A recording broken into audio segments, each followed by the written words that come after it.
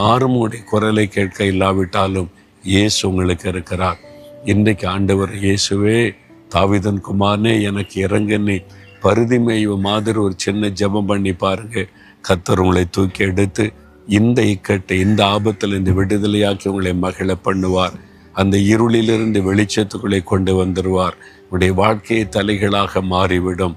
தர்மம் எடுத்து கொண்டு இந்த பரிதிமேயும் இனிமேல் தர்மம் எடுக்க வேண்டிய அவசியம் இல்லை. என்ன கண் பார்வை வந்துவிட்டது, வெளிச்சத்தில் வந்துவிட்டான்.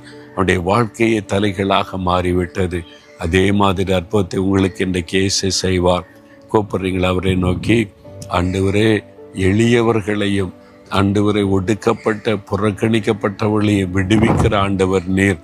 பரிதிமேயும் சத்தத்தை கேட்டு விடுதலையாக்கினீர்.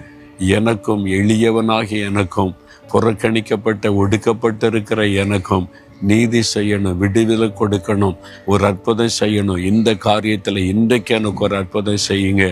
இயேசு கிறிஸ்துவின் நாமத்தில் ஜெபிக்கிறேன் பிதாவே.